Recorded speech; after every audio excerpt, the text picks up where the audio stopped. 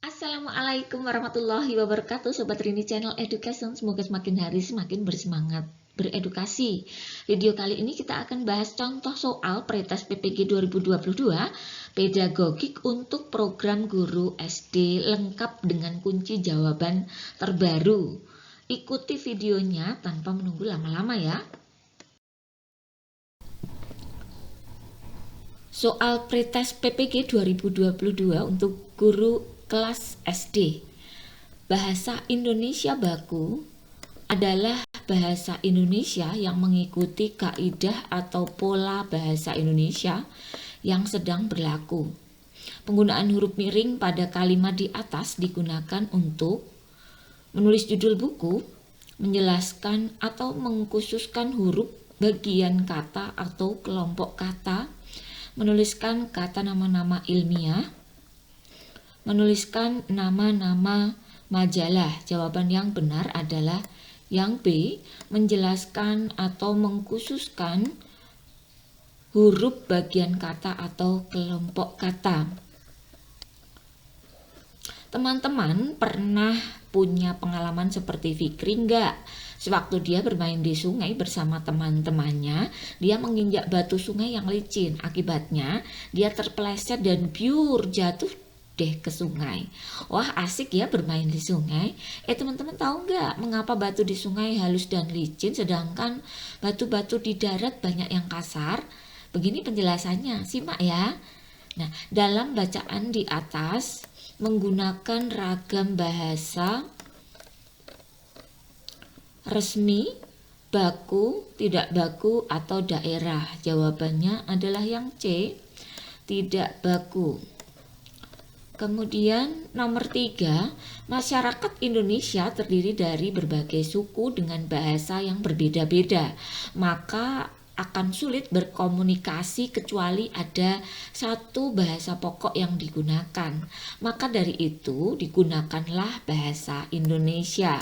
Hal ini bahasa Indonesia memiliki kedudukan dan fungsi A sebagai lambang kebanggaan kebangsaan, B sebagai alat pemersatu bangsa, C sebagai alat perhubungan, D sebagai lambang identitas nasional. Jawabannya adalah yang C sebagai alat perhubungan. Menyimak sebagai sebuah keterampilan berbahasa karena A. Menyimak sambil melakukan aktivitas lain, tidak mampu menanggapi secara tepat.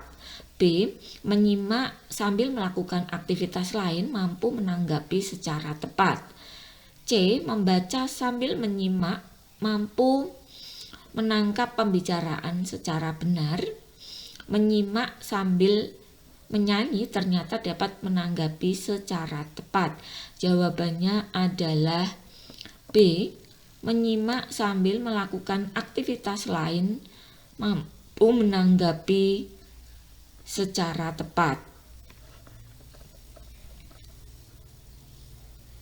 Penggunaan huruf kapital di bawah ini yang benar adalah: kapan Bapak berangkat?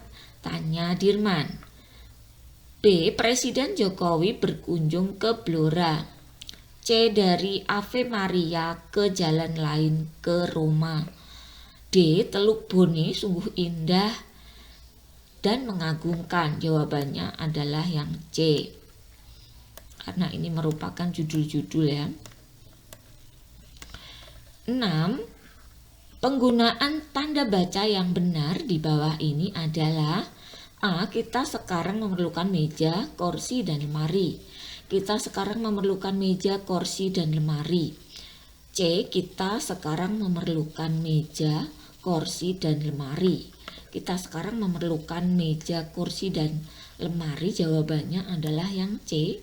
Kita sekarang memerlukan meja, kursi, dan lemari.